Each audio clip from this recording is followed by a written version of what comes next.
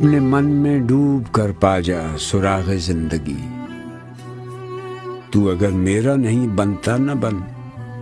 اپنا تو بن۔ السلام علیکم ورحمۃ اللہ وبرکاتہ۔ مدارس میں تعلیمی سال کا آغاز ہونے کو ہے۔ 2 مہینے کی طویل چھٹی گزار کر بچے سایہ والدین سے جدا ہونے کو ہیں۔ اکثر یہ مشاہدے میں بات آتی ہے کہ طلبہ کو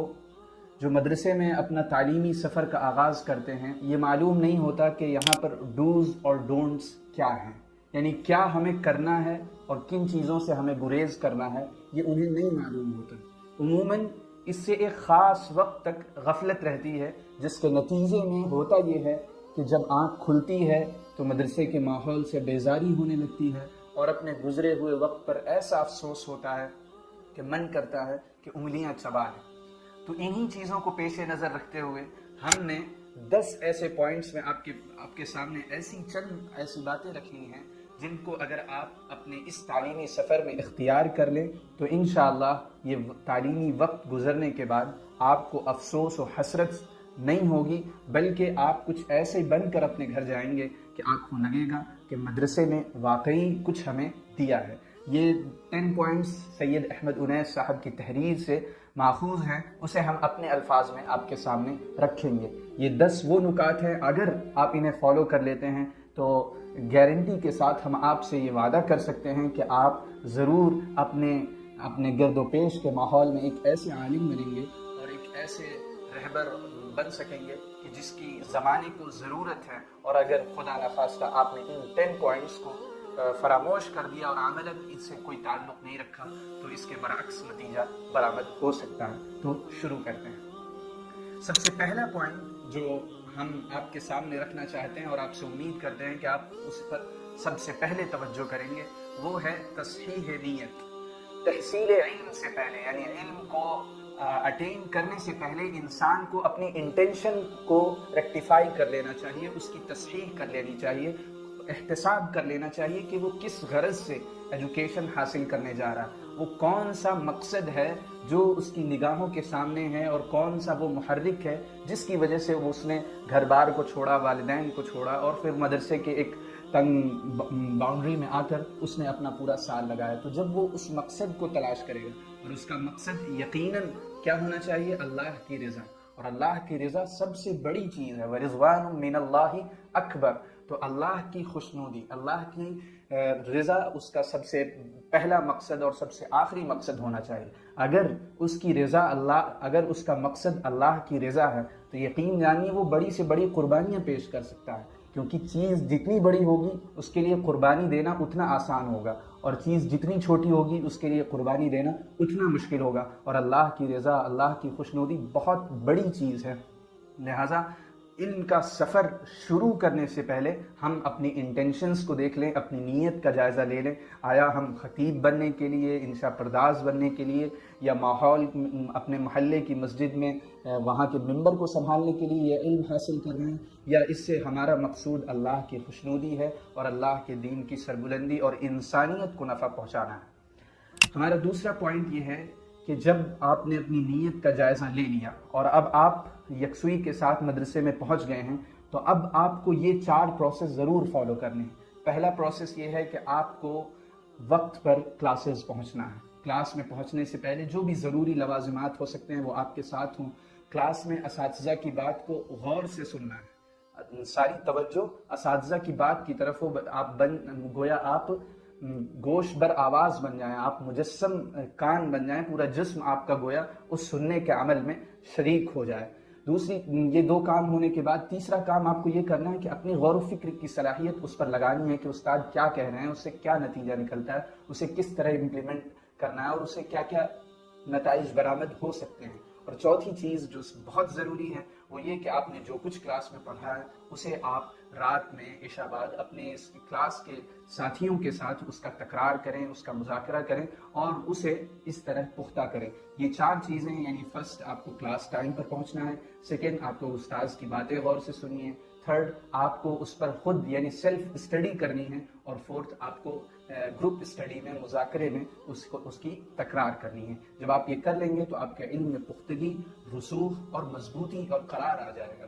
ہمارا تیسرا پوائنٹ ہے کہ ہم جب علم دین یعنی اس علم کو حاصل کر رہے ہیں، کوئی بھی اسٹوڈنٹ ہو، اس میں کسی دنیاوی یا دینی کوئی علوم کی تفریق نہیں ہے، اسے سب سے زیادہ اپنے آپ کو معصیت سے، گناہ سے، ایول تھنگ سے بچانے کی کوشش کرنی چاہیے، کیونکہ علم، کوئی بھی علم ہو، وہ صالح مقصد کے تحت اگر ہو تو وہ ایک نیکی ہے، اور نیکی بدی کے ساتھ جمع نہیں ہوتی ہے، نور بدی کے ساتھ جمع نہیں ہوتا ہے۔ لہٰذا ہمیں اپنے آپ کو ان تمام معصیت سے جو اس زمانے میں یعنی اس شباب کے دور میں عموماً سرزد ہو جایا کرتی ہیں، اس سے ہمیں خود کو بچانا ہوگا، تب ہم کہیں جا کر علم کے اس نور کو حاصل کر سکتے ہیں۔ اگر ایسا ہم نے نہیں کیا تو ہو سکتا ہے انفارمیشن کی صورت میں، نالج نہیں، انفارمیشن کی صورت میں ہمارے پاس کچھ چیزیں جمع ہو جائیں، لیکن ہم اس انفارمیشن سے کما حق وہ فائدہ نہیں اٹھا پائیں گے، ہمارے اندر وہ بصیرت، وہ فراست اور وہ وسیع تناظر میں دیکھنے کی صلاحیت نہیں پیدا ہو پائے گی جو ایک رہبر کی اور ایک لیڈر کی خاصیت ہوا کرتی ہے۔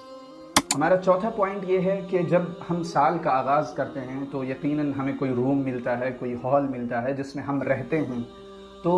ہم یہ دیکھیں کہ ہم دوست بنانے میں بہت محتاط رہیں، کیونکہ شروع سال میں ہی اکثر دوستیاں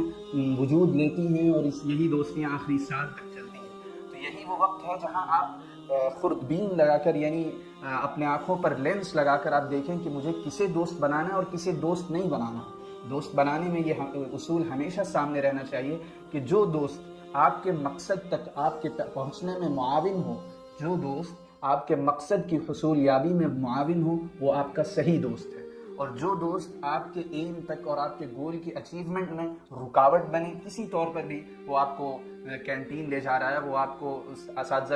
کی طرف سے بدگمان کر رہا ہے، اس طرح کے کوئی بھی دوست جو آپ کے مقصد کی حصول یابی میں رکاوٹ بن رہا ہے، تو ایسے ہر دوست سے کنارہ کشی ضروری ہے۔ اور اس کا پہلا قدم یہ ہو سکتا ہے کہ آپ ایسے دوست بنائیں ہی نہ، آپ بلکہ 1 مہینے 2 مہینے اپنے آپ کو تنہا رکھیں اور لوگوں کو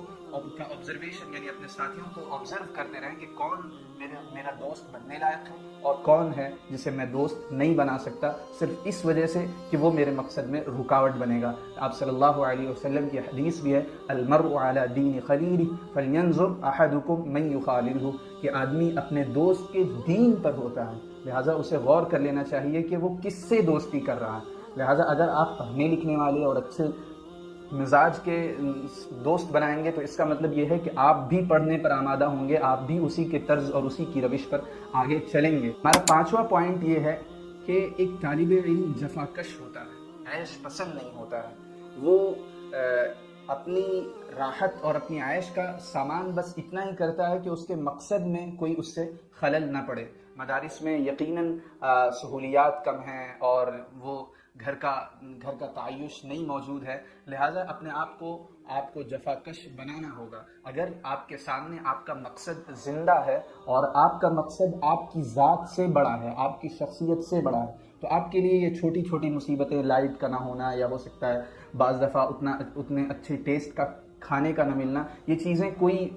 حیثیت نہیں رکھنی چاہیے۔ آپ کو ہمیشہ اپنے مقصد کو سامنے رکھنا چاہیے اور اپنے آپ کو جفاکش بنانا چاہیے۔ اگر کبھی مصیبتیں آتی ہیں تو اس پہ برداشت کریں، کیونکہ آپ کا مقصد بہت بڑا ہے، اگر وہ حاصل ہو گیا تو یہ چھوٹی چھوٹی تکلیفیں تو مٹ جانے والی ہیں اور اس کا کوئی اثر خاطر خواہ نہیں ہوگا، لیکن اگر آپ کا مقصد متاثر ہو گیا تو اس کا اثر بہت آگے تک جائے گا۔ 6 پوائنٹ ہے کہ ہم اگر علم کے حصول میں سنسیئر ہیں تو ہمیں اپنے آپ کو ڈسٹربنس سے اور ادھر ادھر کی مشغولیات سے فارغ کرنا ہوگا۔ بغیر یکسوئی کے علم کا حصول ناممکن اور خام خیالی ہے۔ لہذا اس وقت جو سب سے بڑا ڈسٹربنس کا کاز ہے وہ ہے آپ کا اسمارٹ فون، آپ کا موبائل۔ لہذا ہمارا مشورہ، اگر آپ واقعی علم حاصل کرنا چاہتے ہیں اور ویڈیو بھی آپ اسی وجہ سے دیکھ رہے ہیں، تو آپ کو کم سے کم ثانویہ درجات تک یعنی ثانویہ خامسہ تک آپ کو کسی طرح کا کوئی فون نہیں رکھنا ہے۔ آپ کو اگر والدین سے بات کرنے کی وہ ہے چاہت ہے تو اس کے لیے آپ چھوٹا فون جو ملٹی میڈیا نہ ہو وہ رکھ سکتے ہیں، لیکن اس کے علاوہ اسمارٹ فون یا ملٹی میڈیا سیٹ اگر آپ رکھ رہے ہیں تو اس کا مطلب یہ ہے کہ ابھی آپ علم کے حصول میں اس قدر سنسیئر نہیں ہیں، اور آپ کو اس اسمارٹ فون کی جو نتائج نکلیں گے آپ کے علم کے حصول میں آپ اس سے واقف نہیں ہیں۔ لہٰذا اگر آپ سنسیئر ہیں تو پلیز ہماری ریکویسٹ ہے، سنسیئر ریکویسٹ، کہ آپ ثانیہ خامسہ تک براہ کرم کوئی فون نہ رکھیں۔ ہمارا 7واں پوائنٹ یہ ہے کہ آپ کو درسیات اور خارجی مطالعے کے درمیان بیلنس کرنا آنا چاہیے۔ درسیات اس وجہ سے ضروری ہے کہ اسی سے علم میں تعمق، علم میں رسوخ اور پختگی پیدا ہوتی ہے، اور خارجی مطالعہ اس وجہ سے ضروری ہے کہ اس سے آپ کی نگاہ کشادہ ہوتی ہے، آپ سمجھتے ہیں کہ دنیا میں کیا چل رہا ہے اور ہمیں کن چیزوں کی ضرورت ہے۔ لہٰذا ان دونوں چیزوں کے درمیان بیلنس کرنے والا طالب علم ہی اصل طالب علم ہے۔ نہ صرف درسیات پر اپنے آپ کو 24 گھنٹے لگا دینا ہے، اور نہ صرف خارجی مطالعے کے لیے اپنے آپ کو فارغ کر لینا ہے، بلکہ ان دونوں کے درمیان حسین امتزاج پیدا کر کے آپ ایک بہترین اور ٹاپر اسٹوڈنٹ بن سکیں۔ پوائنٹ نمبر 8 ہمارا یہ ہے کہ ہمارے تعلیمی سفر میں ہمارا کوئی ذاتی مینٹر ہونا چاہیے، جس سے ہم اپنے علمی سفر کی ہر بات پوچھ سکیں، اور جس سے ہم اپنی ترقی، اپنی تنزلی، اپنی رفعت اور اپنی پستی کا حال بتا کر ہم اس سے رہنمائی حاصل کر سکیں۔ ہمارا کوئی ایک ایسا استاد مدرسے کی چہار دیواری میں یا مدرسے کے باہر ہونا چاہیے جو ہمیں ہر مرحلے میں ہماری انگلی پکڑ کر ہمیں آگے لے جائے۔ ہم بذات خود اگر تجربات کر کے آگے بڑھنے کی کوشش کریں گے تو ٹھوکریں کھائیں گے، وقت زیادہ لگے گا، ہو سکتا ہے ہم سیکھ جائیں لیکن اس میں ٹائم کا لاس ہو سکتا ہے، یقینی ہے۔ لہٰذا ہم کوئی اپنا ایسا مینٹر رکھیں جس سے ہم علمی معاملات بھی پوچھ سکیں اور اپنے اخلاقی معیار اور اخلاقی کردار کے متعلق بھی استفسار کرتے رہیں، جو ہر میدان میں ہماری رہنمائی کرتا رہے۔ ہمارا 9واں پوائنٹ یہ ہے کہ زمانے طالب علمی میں اپنے آپ کو کسی تحریک، کسی تنظیم سے اس طرح وابستہ نہ کریں کہ آپ کے علمی معمولات میں حرج واقع ہو۔ یقیناً آپ تھوڑا بہت کسی سے ربط رکھ سکتے ہیں، تھوڑا بہت، اتنا کہ آپ کی علمی سرگرمیاں متاثر نہ ہوں۔ پوائنٹ یہ ہے کہ ہم اپنا جائزہ لیتے رہیں، ہر دن سونے سے پہلے خود کا احتساب کریں، ہر مہینے کے ختم ہونے پر خود سے رپورٹ کارڈ تیار کریں کہ ہم نے کتنی علمی ترقی کی، کتنی اخلاقی ترقی کی، اور ہماری ذات میں کیا کیا تبدیلیاں رونما ہوئیں، اور ہم نے کہاں پر وقت ویسٹ کیا اور کہاں پر ہم نے وقت صحیح جگہ پر لگایا۔ جب ہم خود کا یہ احتساب کرتے رہتے ہیں تو ہم